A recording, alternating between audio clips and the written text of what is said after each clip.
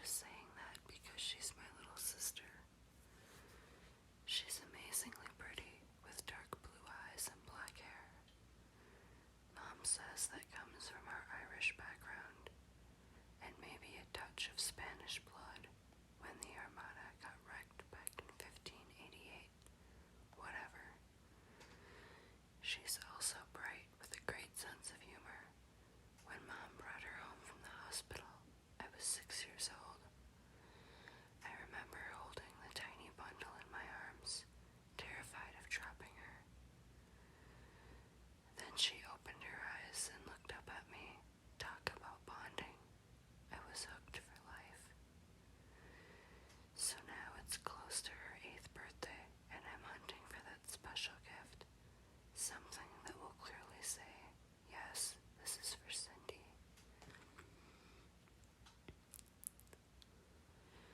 I've saved almost all of my babysitting money and worn my legs off to the ankles, trudging through stores. Nothing's right. Nope, not this, not that either. Then I see the doll. It's in a second-hand store where I would have bought some funky clothes and earrings. And at this minute, I'm certainly not looking for Cindy's birthday present, but there she is, propped up on top of a bookcase full of recycled Harlequin romances.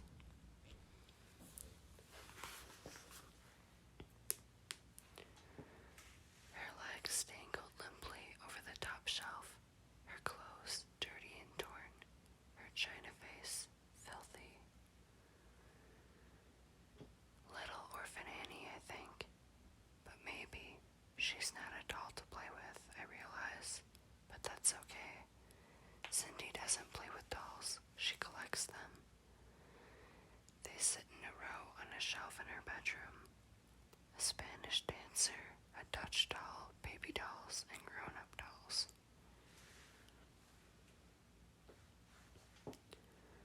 Mentally, I wash the dirty face, renew the stuffing in the limp body, and make an exquisite Victorian dress.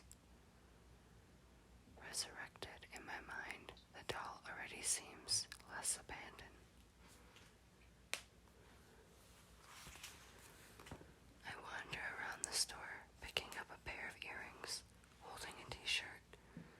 I drift over to the bookcase and let my eyes wander up the shelves. Pulling out a book, leafing through it, putting it back. Then I pretend to notice the doll. I look at it, shake my head, look at it again. I'm aware the owner is watching my performance. I need a birthday present for my sister, I say casually. Nothing expensive. What are you asking for that old doll? Not old, she tells me. Antique. She names a price and my jaw drops. Now I'm not acting. Cindy's not interested in antiques, I stammer. Then you better buy her a Barbie. She turns away with a sneer. She's not into Barbies. She likes dolls. Well, this one is a collectible. Terrible condition, though, I bounce back. Restoring is part of the collector's challenge. She stands beside me, looking at the doll.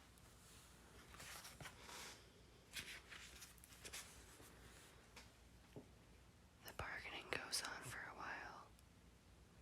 In the end, I walk out of the store a whole lot poorer, carefully carrying the doll.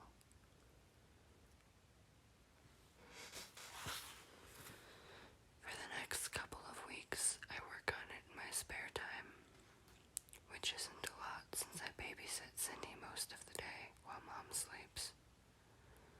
I wash the doll carefully, patting it dry as if it were a real child.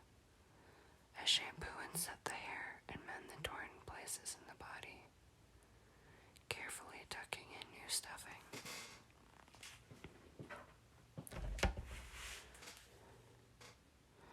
As she sits limply in the second-hand store, I imaginatively clothe the doll in a Victorian costume. Imagination is easier and quicker than reality.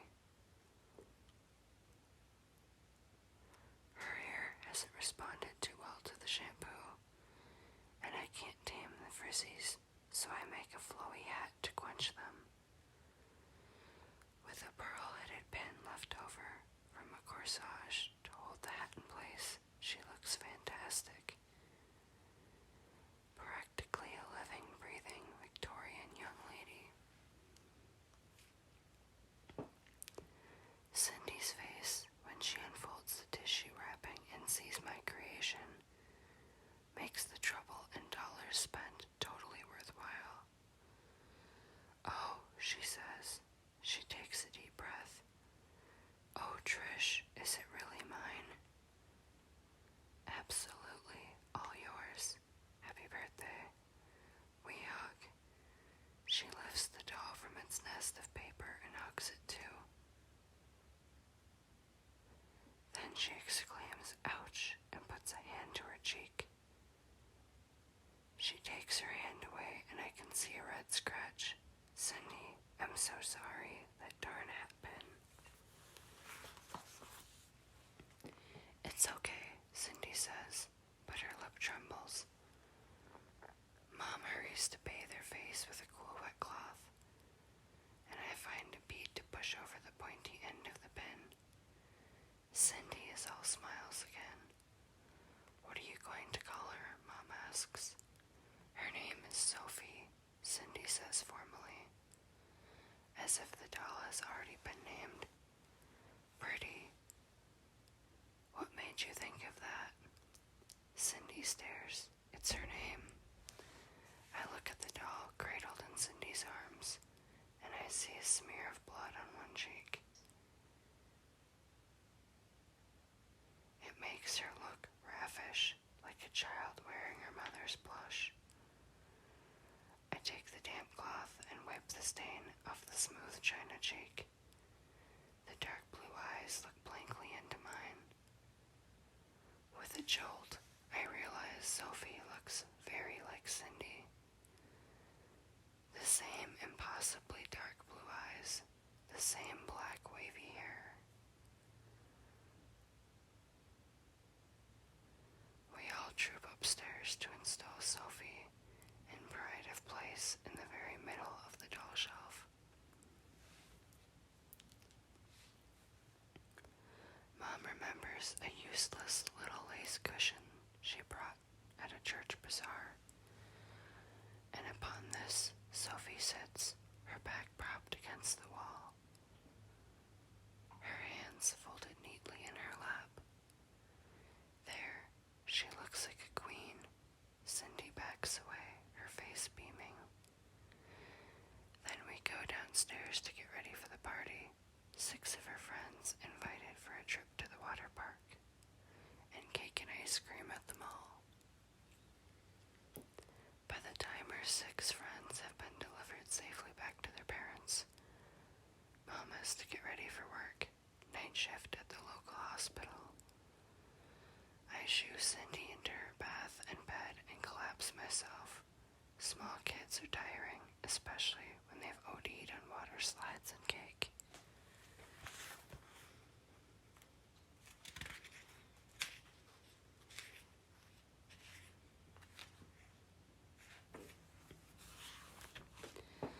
The moon is shining full on my face when I wake up. I didn't close the curtains properly, and a bar of white light blazes across my bed. Then I hear a voice, an agitated mutter, going on and on. Cindy. I stumble across my room and into Cindy's. I can see her sitting up in bed, clutching the sheet, staring across the room. I look around, but there's nothing but the shelf of dolls. Don't make me, she cries out. I don't want to. Leave me alone. Hush, Sprout. Nobody can make you do anything you don't want. She can. her sweaty forehead and turn her pillow cool side up and make her lie down again. Her cheek feels hot. Is that the cheek the pen scratched? Could it be infected? I tell myself not to be stupid. It was only a pin after all.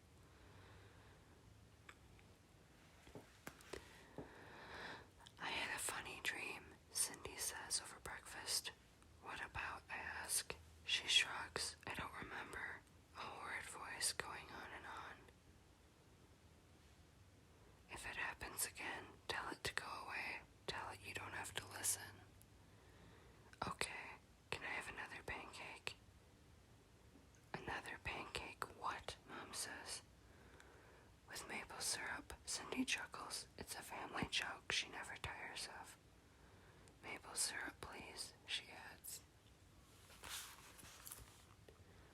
While Mom sleeps, I take Cindy to the park to fly her favorite kite.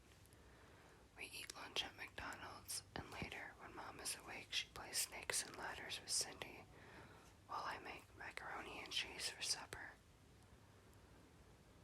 My top favorite food. Luckily, Cindy likes it too.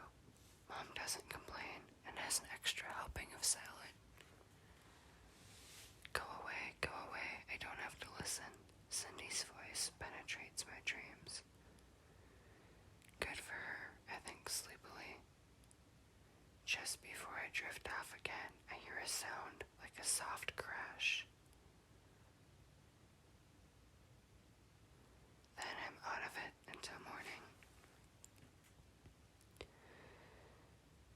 Since Dad died, Mom has to go back to nursing full-time. During the holidays, she's usually in bed by the time I wake up. It's almost 9 o'clock when I wake up to shower and make fresh orange juice and put it on the breakfast cereal. I go upstairs again to wake up Cindy. Whoa, what happened in here? I stop on the threshold. Every one of Cindy's precious dolls, except for Sophie, is lying on the floor. What did you do that for? Cindy sits up in bed and stares. I didn't do nothing. She shakes her head emphatically. Didn't do anything, I say automatically. I can see she's telling the truth. The way they've landed, I'd swear they'd been pushed from behind, which is crazy and impossible. Breakfast is ready, I tell her. I pick up the dolls one by one and place them on the shelf. The Spanish dancer lost her comb, and the Japanese geisha her fan. I put them aside.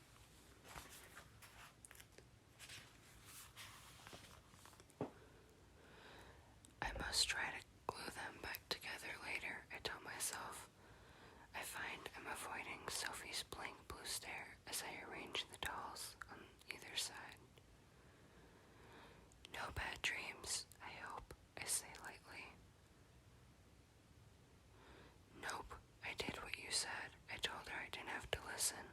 Boy, was she mad. Kids are weird, I think, as I go downstairs again to reheat the coffee Mom left after her breakfast. It's a gorgeous day, and as I eat my toast and drink my coffee, I think of possible ways for Cindy and me to spend it. The zoo. What about the zoo? You want to fly kites again? She shakes her head. Even a great relationship has its down moments. I can feel myself getting irritated. What I would really like to do is hang out with my friends, but they don't appreciate being saddled with an 8-year-old, even one as sweet-tempered as Cindy.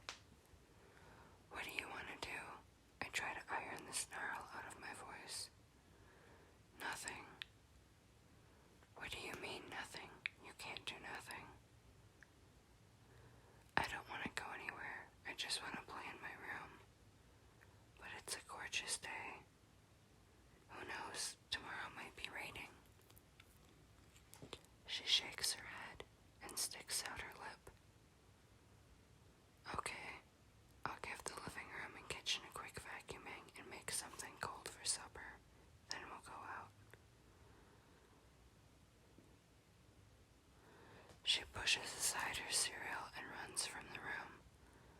I whirl around the downstairs with the vacuum. I make ham sandwiches for lunch and boil eggs, and potatoes for salad for supper. By then it's almost noon. Time to go. I stop outside the door of Cindy's room. She's sitting on the floor with Sophie in her lap. "All right," she says, but she doesn't move, and I realize she's talking to the doll. "I promise I'll play with you whenever you want." She waits as if she's listening to a reply. Then she nods. "Of course you come first, silly." Time to put Sophie back on the shelf, Sprout. We'll go to the park. I made sandwiches. Come on, the day's wasting. Don't want to. Her voice sounds different. Sort of affected. "Cindy, what's gotten into you?" She turns her back, ignoring me, whispering to the doll. Something snaps in me, and I tear Sophie out of her hands. I dump her on the cushion on the shelf. "There, stay there," I mutter. Then I turn around quickly, because Cindy is crying. Not temper tantrum tears, but real ones. "You hurt me, Trish," she wails. "But I didn't even touch you." "Hush now, you'll wake Mom." She silently holds out her arms, and I can see clearly red finger marks, as if I'd grabbed her hard and pulled her, but I didn't. "The park. Come on, Sprout, get moving." She sits on the floor and shakes her head. "Cindy, we had a bargain. You got to play. Now it's time for fresh air." "I can't." "What do you mean you can't?"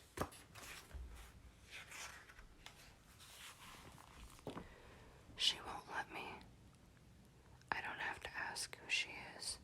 This is getting out of hand. She's a doll, Cindy. She can't tell you what to do.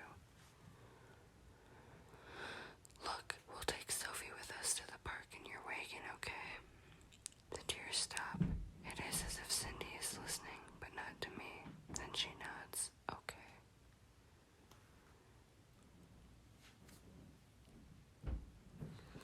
We set off again. I'm carrying the kite and the backpack with our lunch.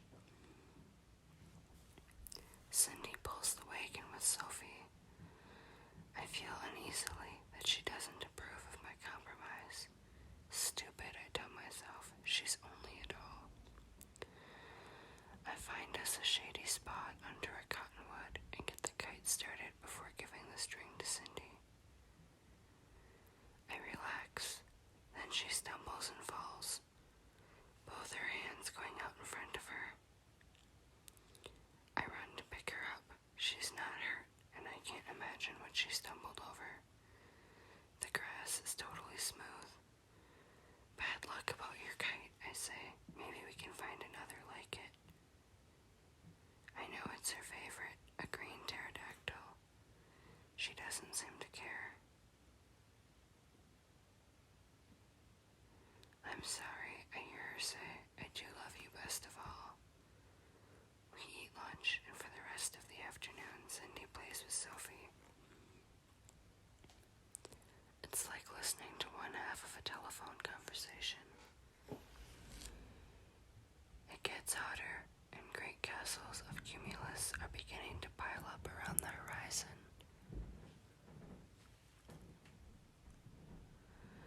"Nap time, Sprout," I say once we're in the house. This time I get no argument.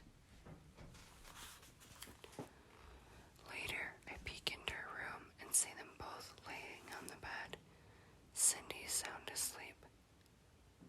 Beside her, Sophie's eyes are also closed. As I tiptoe out, something makes me turn at the door. My heart jolts, and I find I'm clutching the door frame. Sophie's eyes are open, and she seems to be staring at me. How can glass eyes be so hate-filled?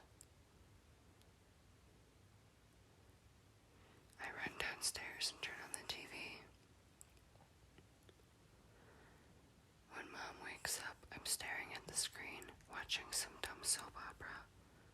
I tell her I've made potato salad.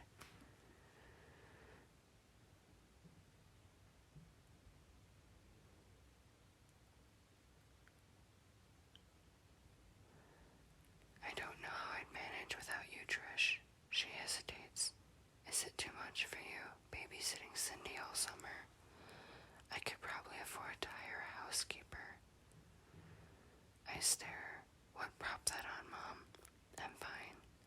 I wonder what a housekeeper would make of Sophie. It's just, you wouldn't ever hurt Cindy, would you? I saw these great bruises on her arms as if someone had grabbed hold of her. Bruises. Then I remember the red marks on her arms after I snatched Sophie away.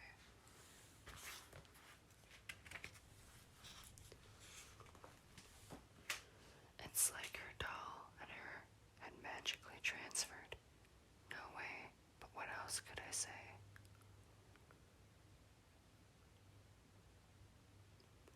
I let myself get mad that Mom would even think I could hurt my sister. Boy, you've got a suspicious mind. That's really insulting.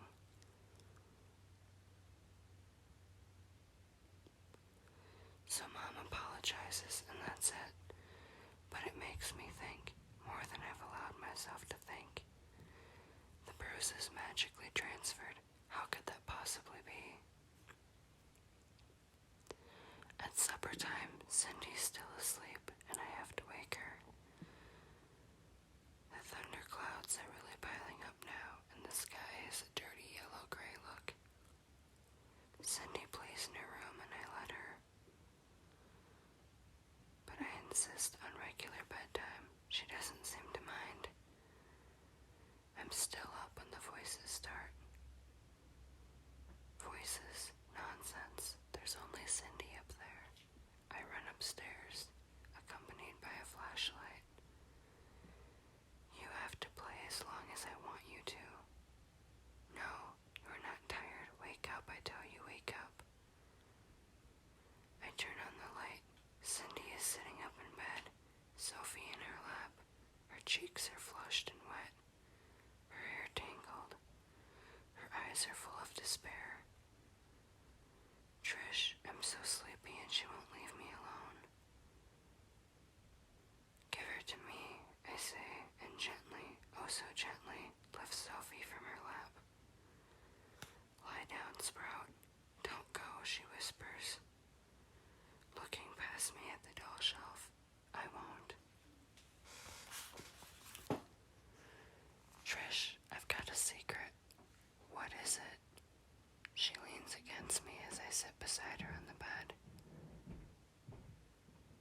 She whispers in my ear, I'm sorry, Trish, but I hate her. I whisper back, me too. Go to sleep, Cindy. We'll deal with it in the morning.